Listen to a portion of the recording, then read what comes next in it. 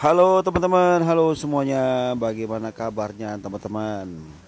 Semoga sehat selalu ya teman-teman ya. Tetap semangat di tahun yang baru. Dan semoga teman-teman yang belum tercapai cita-cita di tahun kemarin sekarang bisa tercapai ya di tahun 2021 ini. Doa kita bersama teman-teman. Amin. Oke teman-teman, berjumpa lagi dengan saya di Rayu di channel. Salam otomotif buat teman-teman semuanya.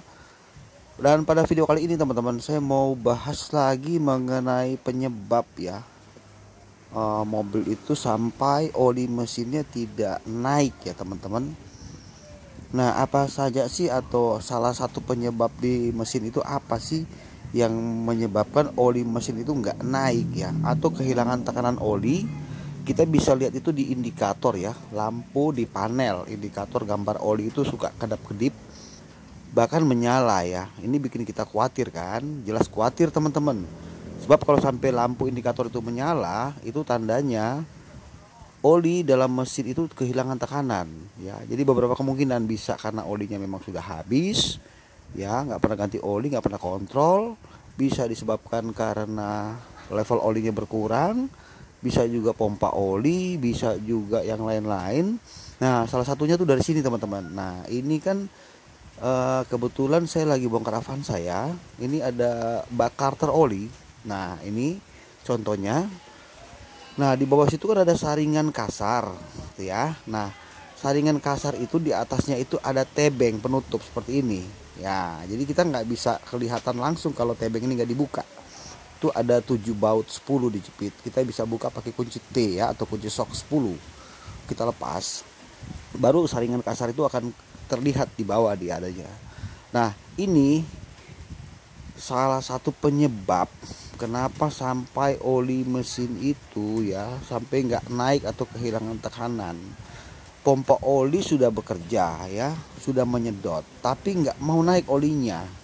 Nah, itu teman-teman harus ketahui ya, disebabkan karena pada filter kasar yang ada di bawah sini itu telah terjadi penyumbatan atau penumpukan kotoran ya. Jadi di situ menyumbat filter kasarnya itu, sehingga sekalipun osi pompa olinya sudah bekerja ya, tetap aja teman-teman ya. Sedangkan ini lubang ini ya, ini lubang langsung di blok mesin menuju ke arah pompa oli, sama menuju ke regulator ya, pengatur tekanan oli.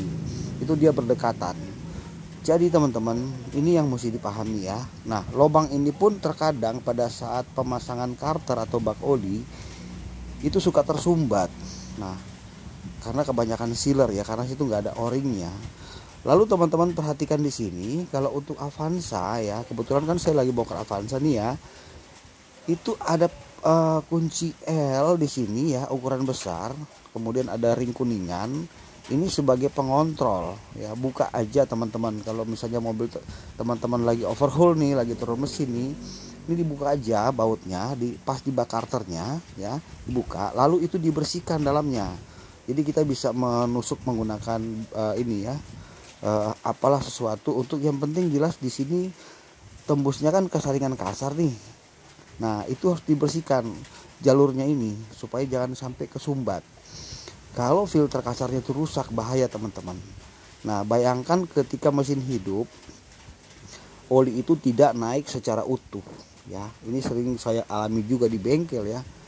Itu pasti kan dia, oli itu kan kerjanya waktu saat bertekanan dia akan masuk salah satu ke sini nih, ke ruang atas ya, ke cylinder head, terutama di bagian noken as. Ini harus kena oli semua di sini. Bayangkan kalau sampai olinya, tekanan oli tidak ada ya, dia pertama akan merusak namanya metal ya, pasti otomatis itu metal jebol. Nah, oleh sebab itu teman-teman harus kita pahami ya, sebagai pemilik mobil. Barangkali teman-teman ingin tahu gitu ya, jangan hanya montir saja yang tahu.